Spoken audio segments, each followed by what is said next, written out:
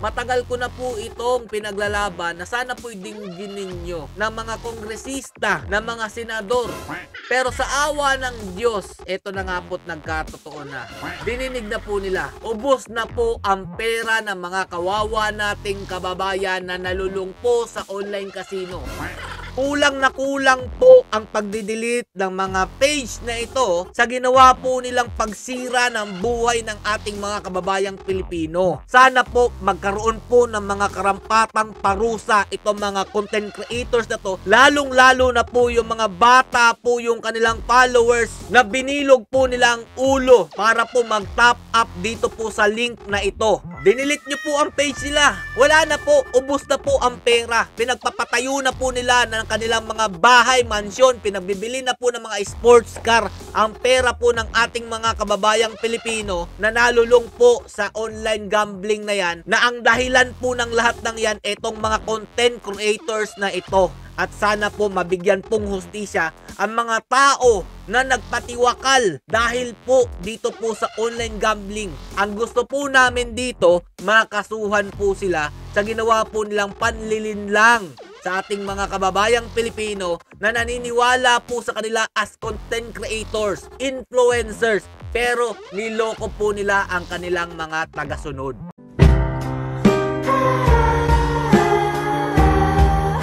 Yo, what's up mga lods? It's Spaghetti Peps TV. Nagbabalik po sa inyo para talakayin po ang about po dito sa online gambling. Naalala nyo po ba yung sinabi ni PBBM nung SONA niya ng 2024? Paalala lang po natin to mga lodi, pakinggan nyo mabuti. Effective today, all POGOs are banned. At marami naman po tayong natuwa dun sa pagdedeklara niya nito. Pero mga lodi, mas lalo po yatang lumaganap ang online gambling nung time po na sinabi niya ito. Dahil lantaran pong nag-promote ang ating mga influencers, content creators, streamers, artista ng online casino. Akala po natin dito na magwawakas itong pinaglalaban ni Peps TV. Pero yun pala mga lodi, pinalabas lang po nila na masama po ang Pogo para po panagutin ang mga Duterte dyan po sa SONA na yan. Pero ang totoo mga lodi, after ng isang taon, July 22, 2024 po yung date na nandyan po na sinabi niya nga itong total ban po sa Pogo. At dito nga mga lodi, naging drawing lang po pala. Pero mga lodi, bilib po ako dito kay Mig Zubiri o Senator Mig Zubiri dahil siya po ang katangi-tanging senador na nagsulong po talaga na total ban po ang online casino sa ating bansa. At dito nga naglabasan po itong mga post na ito na deleted daw po ang mga Facebook page nito mga influencers, content creators na nakikitaan po nagpo-promote ng online casino. Kasama na po dyan si Boy Tapang na meron pong 5.5 million followers. Ito nga po si Mark Anthony Fernandez na meron pong 242k followers. At si Sasna po Laparan, 9.7 million followers, deleted daw po.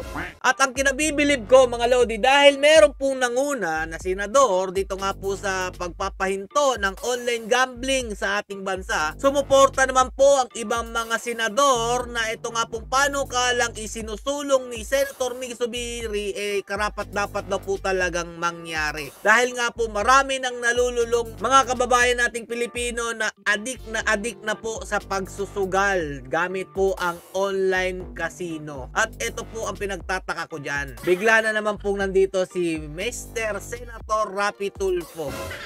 At ang sabi niya pa po dito, ang masasabi ko lamang siguro ay mag-isip sila kung ano ba yung effect ng kanilang endorsement doon sa mga nakararaming taong nalulong sa sugal dahil naniniwala sa kanila. Senator Rapi Tulfo. Parang too late na masyado, Senator. Matagal ko na po itong pinaglalaban na sana po dinggin ninyo ng mga kongresista, ng mga senador. Pero sa awa ng Diyos, eto na nga po't nagkatotoo na. Dininig na po nila. Ubos na po ang pera ng mga kawawa nating kababayan na nalulung po sa online casino. Kaya sa tingin ko dito mga lodi, kaya nila sinusulong na ito ngayon dahil wala na po silang mahita sa mga kababayan nating ubos na ang kayamanan dahil po sa pagsusugal gamit po ang online casino app na ito. Alam niyo po ba mga Lodi, sa dami-dami pong mga senador ngayon po na nagsusulong po nito at sumusuporta sa pagbuwag ng online casino, lalong-lalo na po sa pagpigil ng mga influencer sa pagpopromote po ng mga online gambling app na ito. Kung maaalala po natin, ginawan ko po ito ng content. Si Senator Robin Padilla po ang katangi-tangi po nung nakaraang taon pa. Pinuna itong mga online gambling app na ito na pinangungunahan ng mga content creators, influencers, streamers na nagpo-promote nga po nito. Pero wala po ni isa sa kanilang nag-back up nung time na yon. Maaga pa sana yon mga Lodi. Pinabayaan lang po nila. At ito nga po mga Lodi, dahil nga po pumutok tong issue na to, pinak-upan na po nila si Senator Mig Zubiri. Ano nga po ba ang dahilan ni Senator Mig Zubiri? Bakit nga po niya gustong buwagin itong online gambling mga Lodi? At sino-sino po ang mga content creators na nabura po dahil nga po sa pagpopromote ng online gambling na ito? Nandito po yung mga paborito kong content creator eh.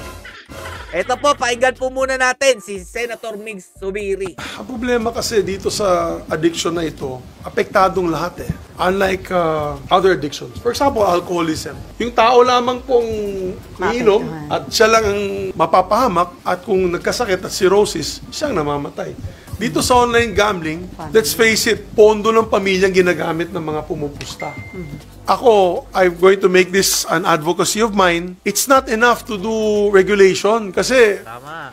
nakita mo naman na yun eh. That's why na-late ako ng konti dahil gusto ko makita mismo, ako mismo sarili kong makita, saksihan itong online gaming na ito. It is so easy to enter the online gaming sites. And pag may verified GCash account ka, agad-agad, automatic, makapasok ka na.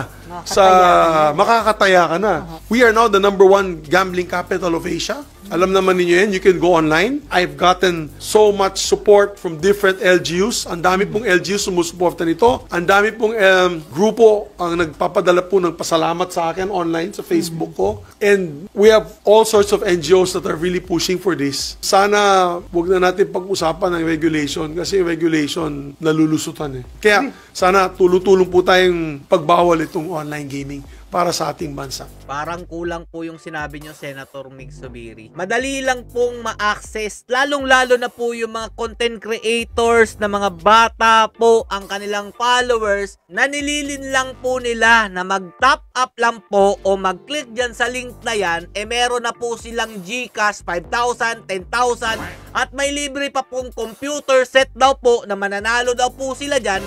Pero ang totoo, wala namang pinaraffle.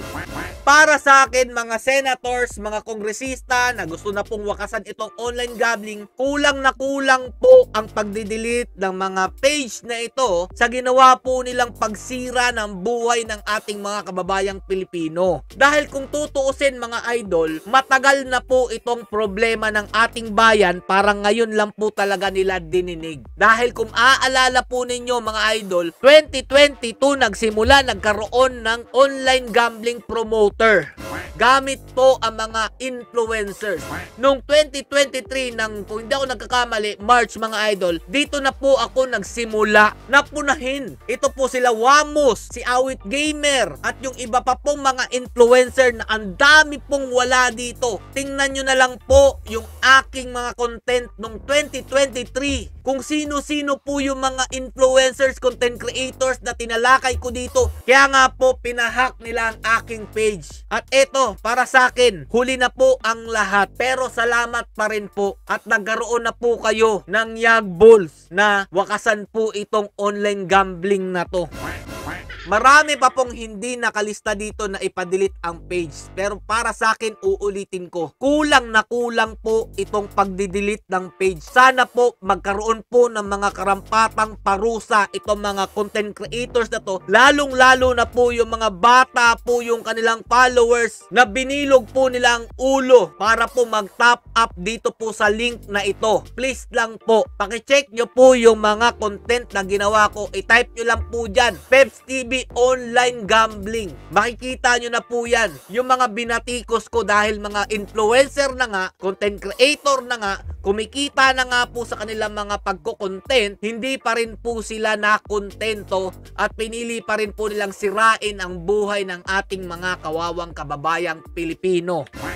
Dinilit nyo po ang page nila. Wala na po, ubos na po ang pera. Pinagpapatayo na po nila ng kanilang mga bahay, mansyon, pinagbibili na po ng mga sports car. Ang pera po ng ating mga kababayang Pilipino na nalulung po sa online gambling na yan, na ang dahilan po ng lahat ng yan, itong mga content creators na ito. Sana naman po, dinggin nyo po ang aking kahilingan at sana po mabigyan pong hustisya ang mga tao na nagpatiwakal dahil po dito po sa online gambling. Grabe po sila makapag-promote pa nung araw na yon. Dito daw po nila nakuha ang pagbili ng mga sports car na ito, pero yun pala, demo account lang yung ginamit. Yan po ang dapat ninyong tutukan. Wag na po yung regulation na yan. Wag na po ninyong i-delete yung mga page nila. Ang gusto po namin dito ay mabigyang hustisya, makasuhan po sila sa ginawa po nilang panlilinlang sa ating mga kababayang Pilipino na naniniwala po sa kanila as content creators, influencers, pero niloko po nila ang kanilang mga tagasunod. Yun lang po ang aking kahilingan. Abangan po natin kung ano po magiging kahihinatnan pa nito. Ang dami pa pong kulang dyan. Maraming mga pamilyang sinira itong online gambling na to sa pamamagitan ng gantong mga content creators, influencers na tinuring pa man din. Stay safe and God bless you all. Duterte pa rin.